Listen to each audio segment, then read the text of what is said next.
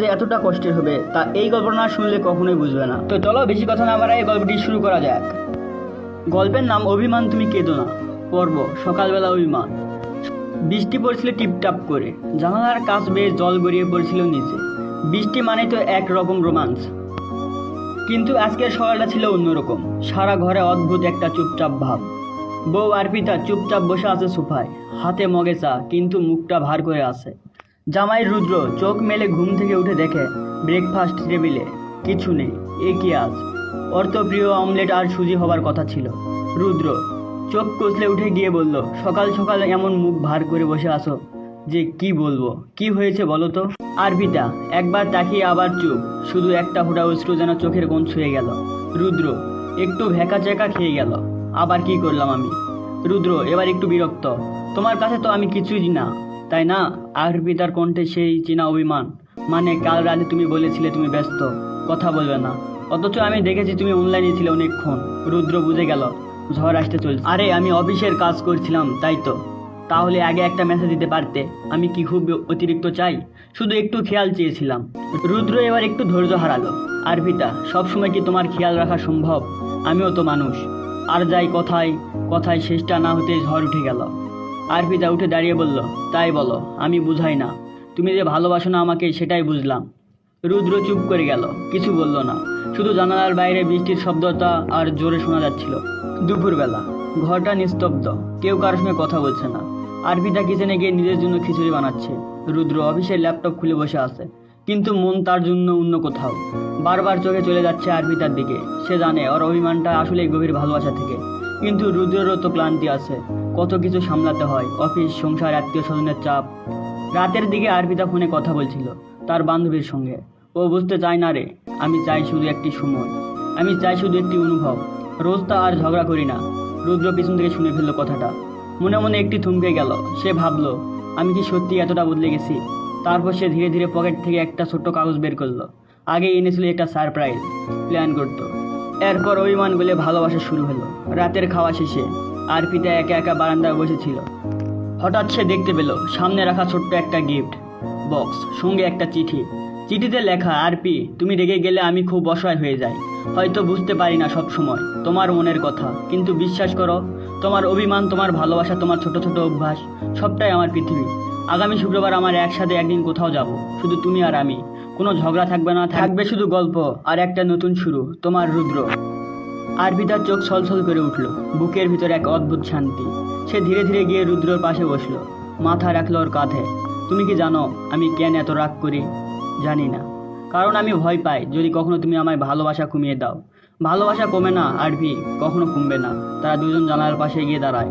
বৃষ্টি তখনও পড়ছে, কিন্তু এবার ঝড় নয়, যেন শান্তিময় এক ছন্দে। ভালোবাসা মানে ফিরে আসা। সকালের আলো জানালার এসে পড়ছে। রুদ্র আর অর্পিতা একসাথে বসে চা খাচ্ছে, অমলেট আর সুজি টেবিলে। অর্পিতা হেসে বলল, আজ কিন্তু আবার রেগে যাব যদি অফিসে খুব ব্যস্ত হয়ে যাও। রুদ্র হেসে বলল, তুমি রেগে যাও, কারণ আমি জানি শেষে তুমি আমার কাছেই ফিরে আসবে। তা ঠিক, বলল অর্পিতা। ভালোবাসা মানেই তো ফিরে আসা, বারবার একে অপরের কাছে। বৃষ্টি থেমে গেছে, কিন্তু তাদের গল্পটা রয়ে গেছে আরও এক নতুন সূর্য ওঠার আশায়। পুরনো দিনের চিঠি। সন্ধ্যার দিকে বৃষ্টি থেমে গেছে, আকাশে লালচে রোদ। রুদ্র অফিস থেকে একটু আগে ফিরছে।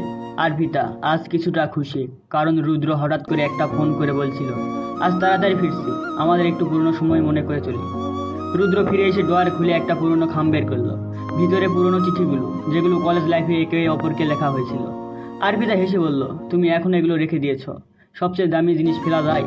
রুদ্র চোখ টিপে বলল। তারা একসাথে বসে পুরনো সেই চিঠিগুলো পড়তে লাগলো। একটা চিঠিতে লেখা ছিল, তোমার চোখে এত গভীরতা কেন?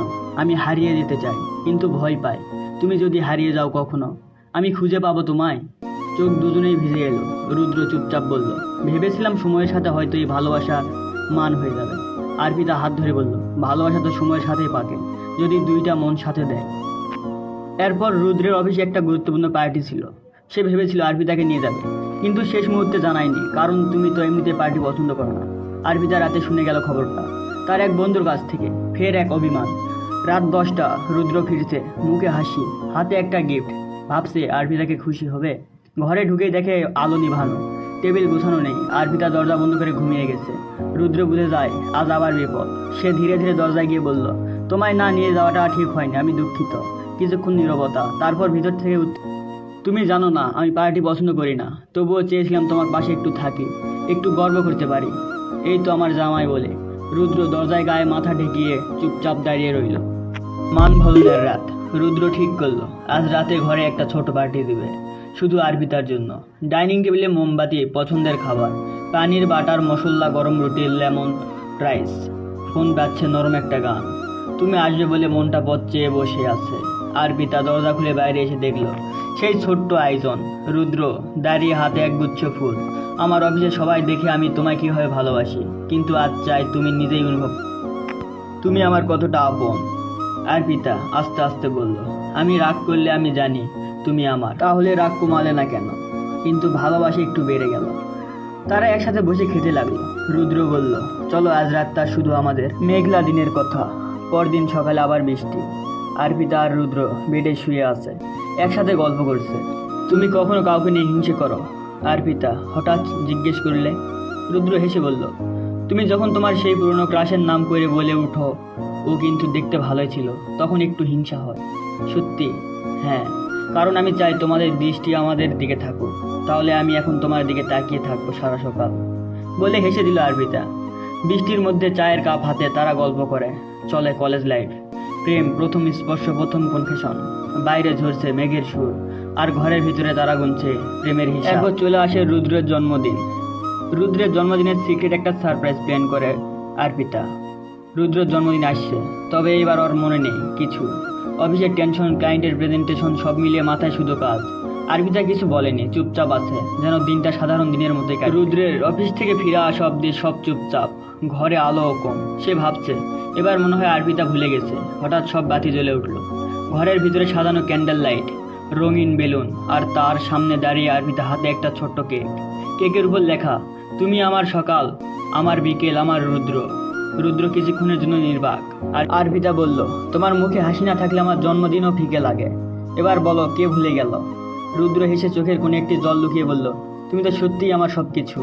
তারপর আরপিতা রুদ্রের কানে ফিসফিস করে বলল, তোমার আসল গিফটটা আমি লুকিয়ে রেখেছি, রাত 12টার পর পাবে।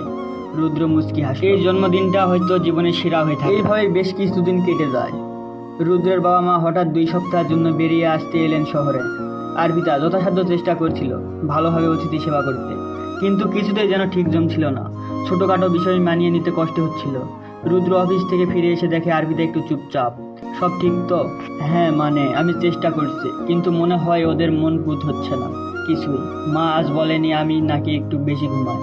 ও মা একটু রেগে গেলেই বলে তুমি মন খারাপ করো না। কিন্তু দিনের পর দিন এইসব ছোট ছোট কথা জমে গিয়ে একটা বিকেলে আরপিতা ফেটে পড়লো।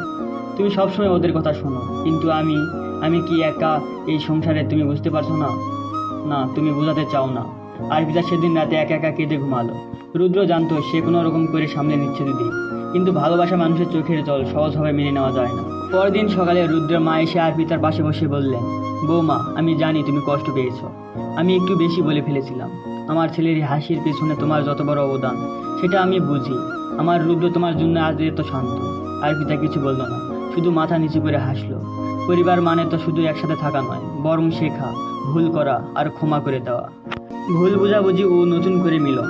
একদিন যখন একটা মেসেজ দেখে, নামটা চেনা নয়, অন্যান্য মেসেজ লেখা, তুমি খুব বদলে গেছো রুদ্র, এখনো মনে পড়ে সেই পুরনো দিনগুলো। আরপিতার বুকের ভিতর মসুর দিয়ে উঠল। এই কি সেই মেয়ে, কলেজ লাইফে পুরনো এক সম্পর্ক।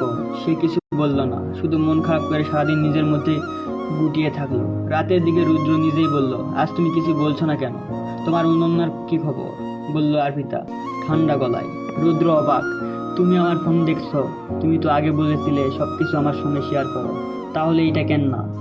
রুদ্র একটা দীর্ঘ নিঃশ্বাস ফেলে বলল, সে নিজে থেকে মেসেজ করছে। আমি তোমাকে সব বলি আরপিতা, কারণ আমি জানি অতীত ছিল কিন্তু ভবিষ্যৎ শুধুই তুমি। আরপিতা কাঁদছিল চুপচাপ। রুদ্র তাকে কাছে টেনে বলল, তুমি কষ্ট পেয়েছো আমি জানি, কিন্তু বিশ্বাস করো আমি এখন শুধু তোমার। আমার হৃদয়ে অন্য কেউ কখনো আসবে না। রুদ্র নিজের ফোন আনলো, অনন্যাকে রিপ্লাই দিল, আমার জীবনে এখন শুধু আরপিতা আছে, অতীত থাকুক অতীতেই। আরপিতা কিছু বলল না, শুধু মাথা রুদ্রের বুকে রাখলো। সেই রাতটা কাঁদতে কাঁদতে ভালোবাসার নতুন গল্পে পরিণত হলো। এরপর তাদের জীবনে নেমে আসে এক অন্ধকার অধ্যায়, যেটা শুনলে আপনার মনকে ধরে রাখতে পারবেন। নেক্সট পার্ট দেখতে হলে চ্যানেলটি সাবস্ক্রাইব করে আমাদের পাশেই থাকুন।